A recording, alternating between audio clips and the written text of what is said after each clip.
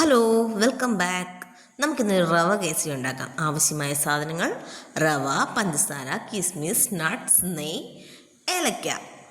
Fry pan ചൂടാകുമ്പോൾ അതിലേക്ക് നമ്മൾ നെയ്യിട്ട് കൊടുക്കുന്നു. പിന്നീട് നമ്മൾ കാഷ്യൂയും നമ്മുടെ മുന്തിരിയും വറുത്തിങ് കോരിയെടുക്കുന്നു. അതിനുശേഷം നമ്മുടെ റവ നല്ല ചുമക്ക വറുത്തങ്ങോട്ട് എടുക്കണം. പിന്നീട് ഞാൻ പറയട്ടെ, ഈ നട്ട്സിനൊപ്പം നിങ്ങൾക്ക് ബദാമോ പിസ്തയോ അങ്ങനെ എന്ത് നട്ട്സ് വേണമെങ്കിലും ചേർക്കാം.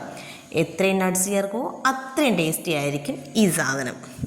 റവ നമ്മൾ അടിയിൽ പിടിക്കാതെയും കരിഞ്ഞു പോകാതെയും നല്ല രീതിയിൽ ഇടതടവില്ലാതെ ഇളക്കി ഇളക്കി ഇളക്കി നല്ല രീതിയിൽ നെയ്യ് കുറവാണെന്നുണ്ടെങ്കിൽ കുറച്ച് നെയ്യ് കൂടി ചേർത്ത് അവനെ നല്ല മയപ്പെടുത്തി റെഡിയാക്കി വേറൊരു പാത്രത്തിലേക്ക് നമ്മൾ പകർന്ന് മാറ്റി വെക്കണം.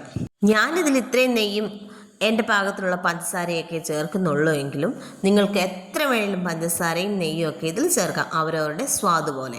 പിന്നീട് ആ പാനിലേക്ക് നമ്മൾ വെള്ളം ഒഴിക്കുന്നു. എത്രയും റവ എടുത്തോ അത്രയും തന്നെ വെള്ളം കൂടി ഒഴിക്കാം. പിന്നീട് ഫുഡ് കളറാണ്, ഇതൊക്കെ ഓപ്ഷണലാണ്. വേണമെങ്കിൽ നമുക്ക് ചേർക്കാം, അല്ലെങ്കിൽ ചേർക്കാതിരിക്കാം.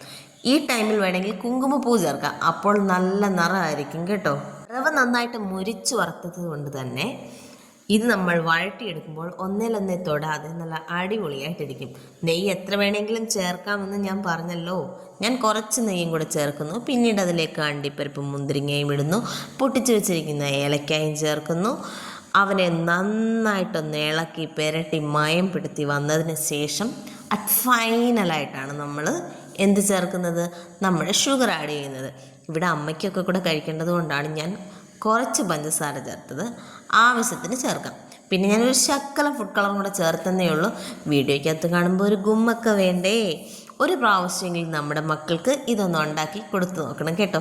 ആ കണ്ടില്ലേ എത്ര സോഫ്റ്റായിട്ടാണ് ഇതിങ്ങനെ വരുന്നതെന്നറിയാമോ?